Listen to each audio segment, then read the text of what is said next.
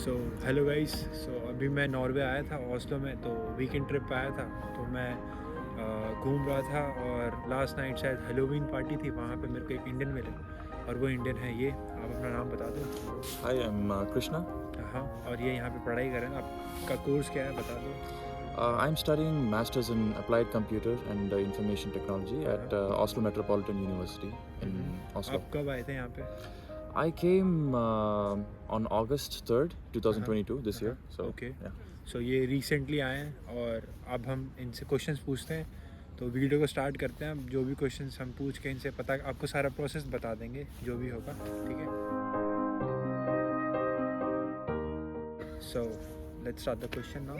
So how did you got motivated to come to Norway only for studies? Like what motivated you to be here and why not in rest of the Europe or in US or in Australia? Okay, I would say that I had many options in mind: Canada, United States, even Germany. But one day I came across a YouTube channel. It's called Namaste from Norway. This YouTube channel is made by someone who lives in Norway. Yeah. He's currently a professor at my university.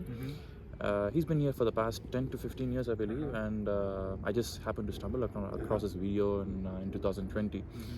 And I heard that high quality education is being offered at a very affordable cost over here. Yeah.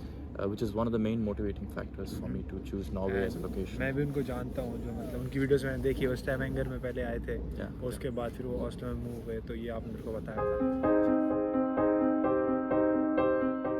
And so how many universities you applied here, like to get the admission? I applied to 3 universities. University And of same courses? Not same course. They were slightly different, but all of them had the same background, which is computational science or mathematical modeling. So I applied to the University of Oslo, NTNU, and I also applied to Oslo Metropolitan University. I got into NTNU and OsloMet, but UIO unfortunately I couldn't get into because I lacked the ECTS requirement that they needed. Okay. So next question is, like, you got admitted, then what was the process, like the next step, what you did immediately? Right, so after I got the admission, I was required to prepare a set of documents. First, I had to wait for the university to give me the admission letter, and I had to arrange funds. For instance, Norway, or in fact any country, requires that you show a certain amount of money as proof that you can survive once you move. Did you got that money accumulated in once, or you had like planned it previously, like you were doing it in installments, like you were preparing that bank balance already, or you did it in a big chunk?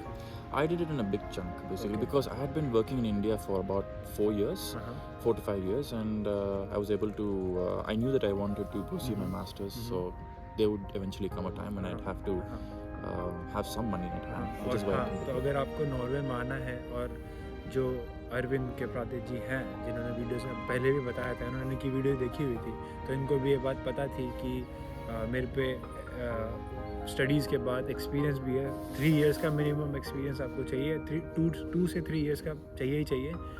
अगर उतना होगा तो आपको काम चल जाएगा और masters में एडमिशन भी मिल जाएगा और शायद जॉब भी मिल जाए। तो इन्होंने वही करा और इनका पूरा केस अप्रोप्रिएट है, मैच हो रहा था, तो इनका एडमिशन आसानी से हो गया था।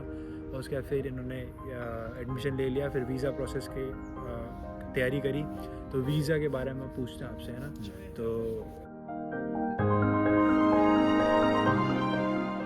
and did you give IELTS, by the way? Yes, I gave the IELTS. What was your band score? It was 8 out of 9, my band score. Okay, overall score was 8 out of 9. That's impressive. मेरे आए थे 6.5 overall, 6.5. I guess it just has to do with how much you practice before the examination. I gave in 2019, immediately after high school. Right.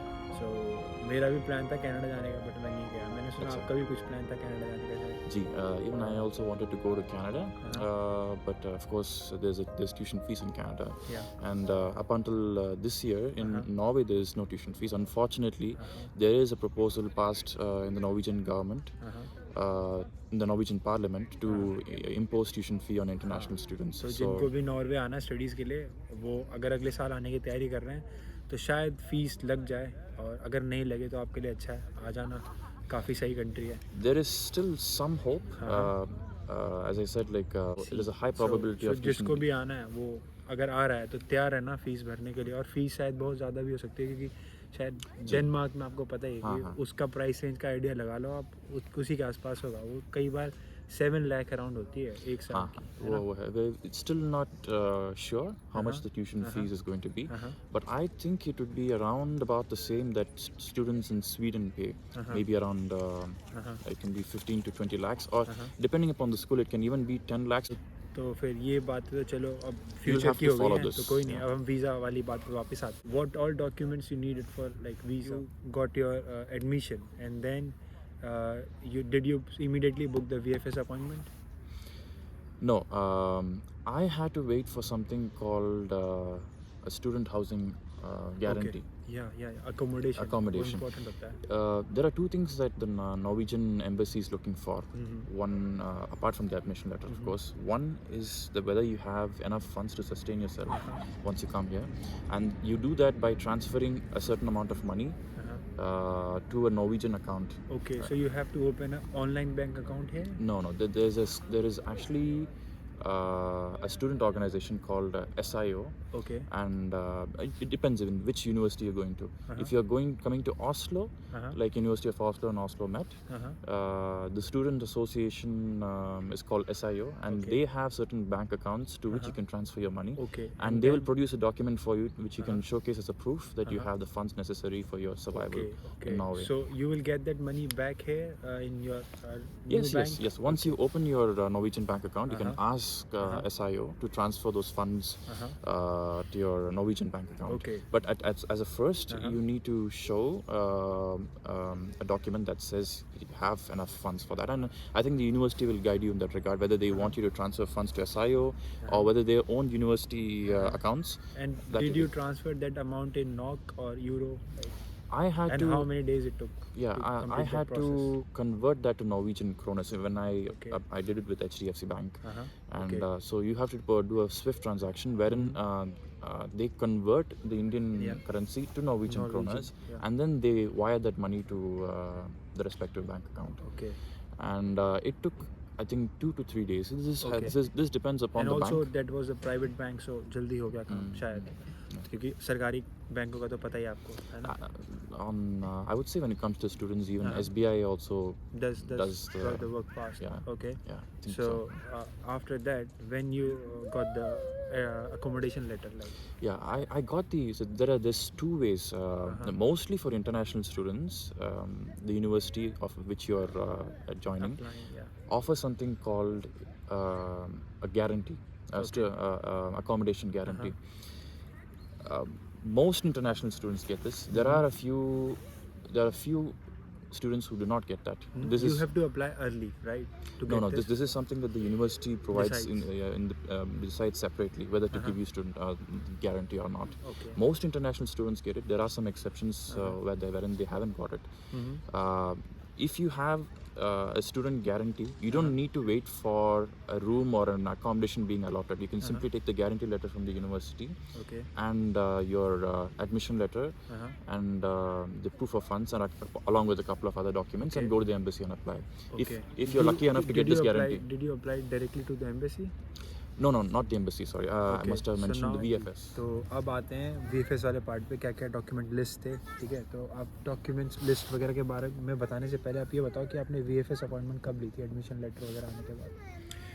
I booked an VFS appointment in the month of March. I think it was 14th or 21st, if I remember correctly. After how many days, like when you got the acceptance letter, final acceptance letter, after that, like how many days you took, and then you booked the VFS appointment immediately? This depends, and for me, it was quite early because Oslo Metropolitan University gives the admission letter, at least the confirmation of admission in January. In my course, at least I could say, and the admission letter they gave me in February. Okay.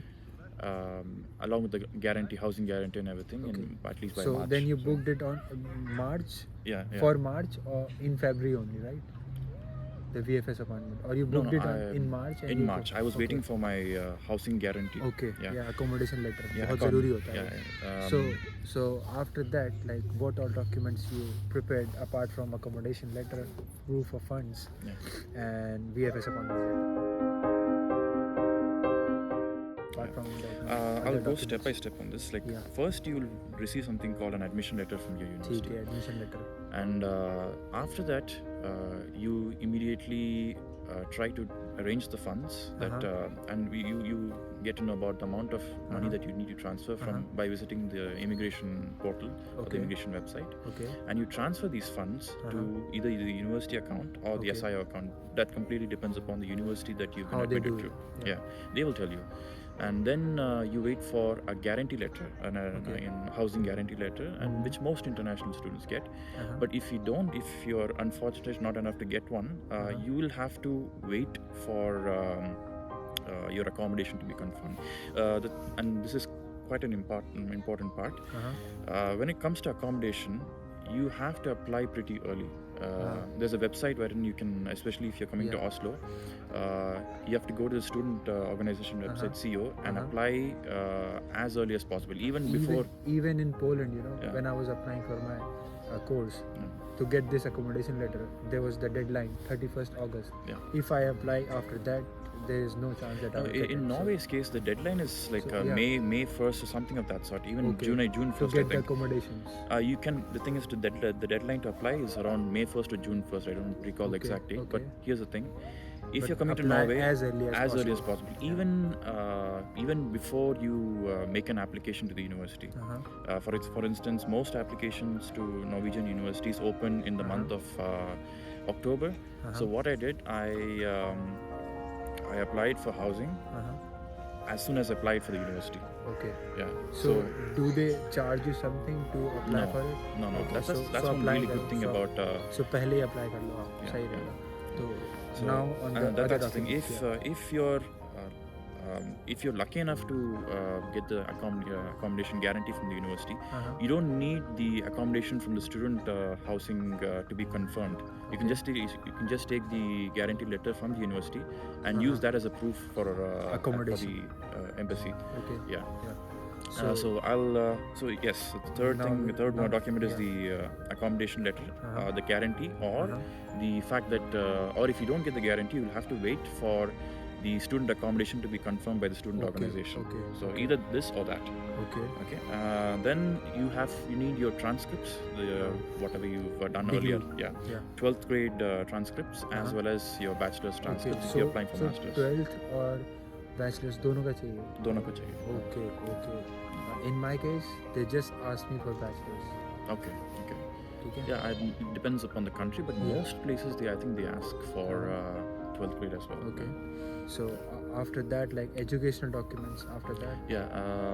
If I recall, IELTS language? Yes, exactly. Your language test score sheet. What all the options they accept here? IELTS, TOEFL. I think even PT is accepted, and there's a Cambridge assessment test as well. I think so 4 tests. Yes, and for this, I would say that it's important you visit the university website. Okay. And यहाँ पे MOI will work, medium of instruction. Will it work? No. Although most universities in India have tuition in English,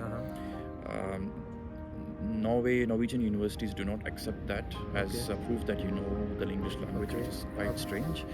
I'm not sure why, but again, they language document हो गया, and now the next document. I think that's because about major it. documents are done. Right? Major documents. I think that's about it. Yeah. And VFS appointment letter ले जाना बस. That's it. VFS appointment letter, and then there's a UDI form. The UDI is nothing but the immigration. not embassy form. It's UDI is the immigration department, Yeah, definitely. and you need to fill the form inside the UDI website.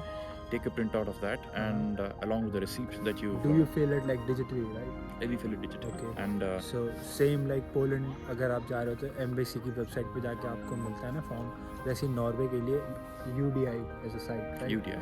And you will go there and you will get this form. What is the name of this one? Any name? There is no such I'll name. put the link. Don't worry. You'll have to create an account with the UDI Okay. website, and once you log into the account, you can see an option to apply for a student visa. Okay. Yeah. Okay. So And that's where you fill in the details, and you pay the student visa fee.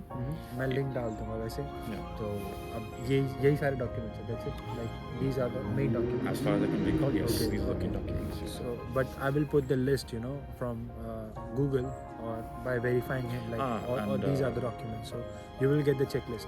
Don't worry. There's one more document as well. When applying for visas, I think that's about it. Okay. CV. Do you need? Yeah, CV. CV is needed when you apply for the admission. Okay. Not for the visas. So do you need like here PCC, Police Clearance Certificate? Do we need here to start for No. studies? Okay, I think good. that's it. Poland में भी नहीं चाहिए. So that's it about the document. Yeah.